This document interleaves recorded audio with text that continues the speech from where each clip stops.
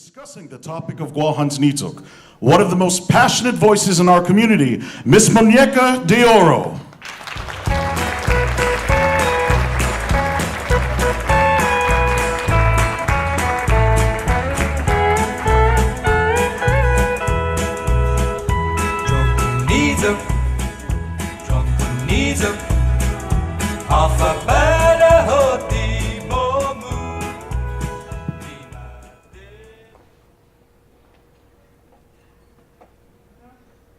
Itini tuhun, gitini tuhun, gehalom hinason isahulalu. Itini tuhun, gitini tuhun, gehalom hinason isahulalu. Manehednon ihinafa Siha Tahine Hekok Zantaiti Gehalom Hinasun Gehalom Hinasun Izahululu Hui! Tahine Cook Zantaiti.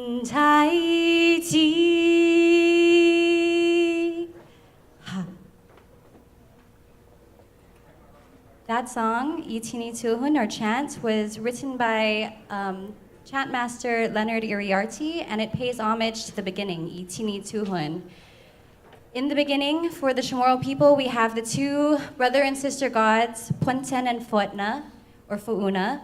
And Punten in Chamorro is the stage of a coconut tree that's perfect for transatlantic travel. It looks much like this. It has a little sprout. It's the part where there's faha, and for a lot of people, faha is the favorite. And Fotna means first. The sister spirit, Fotna, first. Punten, the brother spirit, the transatlantic, ready to go and plant coconut. So from the very, very beginning in our creation myth, there is an allegory to the coconut tree. The coconut tree was paramount for the people who came here some 3,000 years ago on their canoes. They knew that the coconut tree, from wherever they came from, helped to sustain their communities and will help to, in a new land, sustain their new community forever. I want to practice something with you, a Chamorro phrase. Taigwenao mon. You say that? Taigwenao mon? And it means, so it shall be. So it shall be. Or if you pray the rosary a lot, it's also the Chamorro equivalent of amen.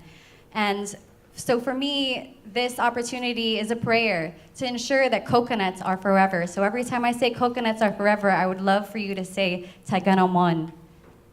So coconuts are forever. Yes. So from the very beginning, from the first people that came here, coconut trees were important. They were important, and in everything that they did, from the creation of Senate, for the ropes of the canoes, to the oil that they anointed their bodies with, to the food that they nourished themselves with. Coconuts were also used in shelter. Pigafetta, who was one of the first Europeans to come here on Magellan's ship, noted all the uses and all the foods that people had and how healthy the Chamorro people were and how beautiful they were and how reliant they were on the natural resources such as the coconut. And those people who were here for thousands of years by the time the Spanish came knew that coconuts were important. And for them, coconuts are forever. So for those first 3,000 years to the 500 years of colonization, coconuts were still important. They still are very important to this day. Every single part of the coconut tree has a name, has a use, has a purpose in our language. It was used in fishing. It was used for basket and carrying food and serving food. It was used in medicine. It was used to heal, to nourish, to provide. It is something that is so important to our identity of not just us, but the rest of the Pacific, the rest of anywhere that uses that's in the tropics. And also coconuts were the first resource that people could use to enter the cash economy. For the Northern Islands and the Marianas, copra was an important industry, and it was the first time that people could use a resource and gain money from it, from the Germans. And copra was also an opportunity for people to travel to the rest of the Pacific. Chamorros were seen as people who could manage other islanders and be used to help promote the copra industry in other parts of Micronesia with the Germans. So throughout history, the coconut has been so important. It's been there for us. It helped us in our settlement, and it helped us to survive here for millenniums, for over 3,000 years. It was there for us during times of famish, during times of war, during times of drought. In many cases, if you speak to Manumku, the coconut was all that they had to eat during World War II. And for them, I don't think that they ever thought that there'd be a day where coconuts might not be around, because coconuts are forever. So these are my grandparents from the village of Sinahanya, the late, great Senator Francisco Rivera Santos, and my grandmother, Isabel Borja Santos. And in the middle is a photo taken in 2014 of the house that they built for my family in Manilao. And they planted coconut trees for me and my family, and it just so happened that there was 5 coconut trees on our property, 5 really big coconut trees, and those coconut trees are my sisters. I have 5 sisters, and those coconut trees were the backdrop to my childhood. As I thank my grandparents and their family for planting those there, because they were really something beautiful to see. And unfortunately, like most of us growing up, I didn't get to use the coconut as much. I saw my uncles use it. I would practice doing a little bit, but for me, coconuts were something you could buy at the store, and that's so unfortunate. But now I know, through their example, that coconuts are forever.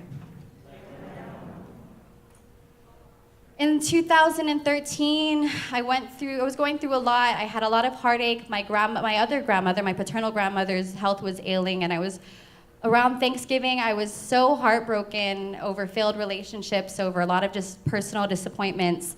And I skipped out on Thanksgiving with my family, and I was just wallowing. I didn't want to be around anyone. I didn't want to see anybody.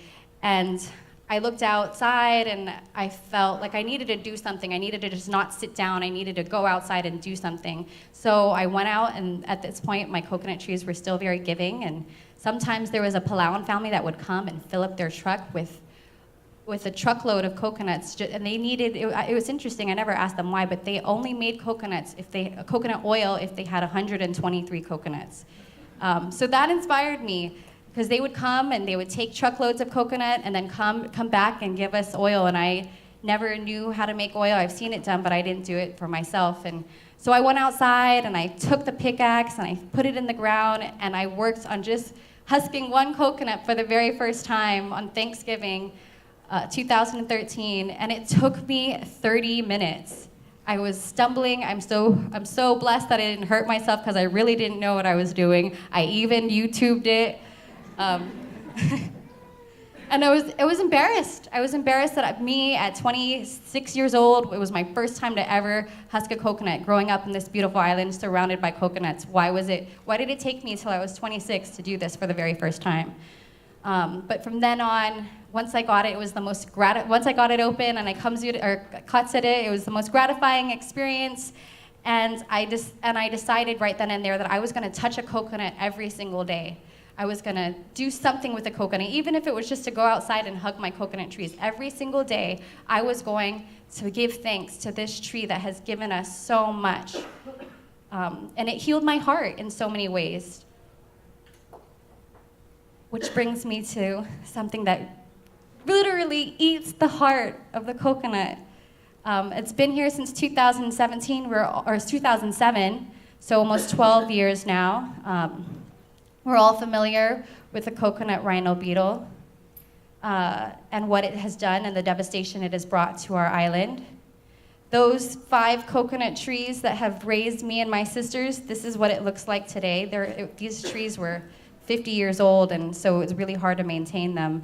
But they're gone at this point, and it's heartbreaking to see and to go all around the island and to see the devastation, the damage the rhino beetle has done. It's in every single village. It's in every single street, practically. You can see the remnants of this horrible invasive species that is eating the heart. The heart of the matter is that we've been disconnected from nature for far too long. We've been disconnected by modern convenience, something that has been so sustainable, something such as coconuts, which is and should be forever. Say again, no more. Is something that we're at risk of losing because we're not using. So, based on my personal experience of being healed, being nourished, and being really brought back to life by the tree of life, I decided that I was going to do something just in my small capacity to make sure that this knowledge, the traditional knowledge that surrounds the coconut tree that is still very much alive today, is passed on to the next generation. So I make sure that my son Maasi here, learns how to use the coconut, and isn't like me, doesn't wait till he's 26 years old to know how to use the coconut, how to work the coconut, how to open it, how to katsa, kamzu, tifi, lananizuk, how to do all these things that the coconut can provide. Because I want to make sure that coconuts are forever for him and for the generations to come. And after doing that with him and knowing how well he took to it, I took it to my classrooms. And I saw that once I empowered the students with the knowledge to sustain themselves, it uplifted them, and it gives them the ability to sustain their families, to nourish themselves. And they were so into it. They were so appreciative. And then it also gave opportunities for the other islanders in our community to shine, because this is knowledge that they practice and that they live by, and something that's not validated in our school systems. But our schools need to start embracing our natural resources and using that to teach our students to ensure that coconuts are forever. I hope that we all can work together to ensure that coconuts are forever. And by doing that, I implore you, to each and every one of you, to touch a coconut tree, to experience it with your whole body, to smell it, to feel it, to eat it, to drink it. There's so many things you could do with the coconut tree and with the coconuts.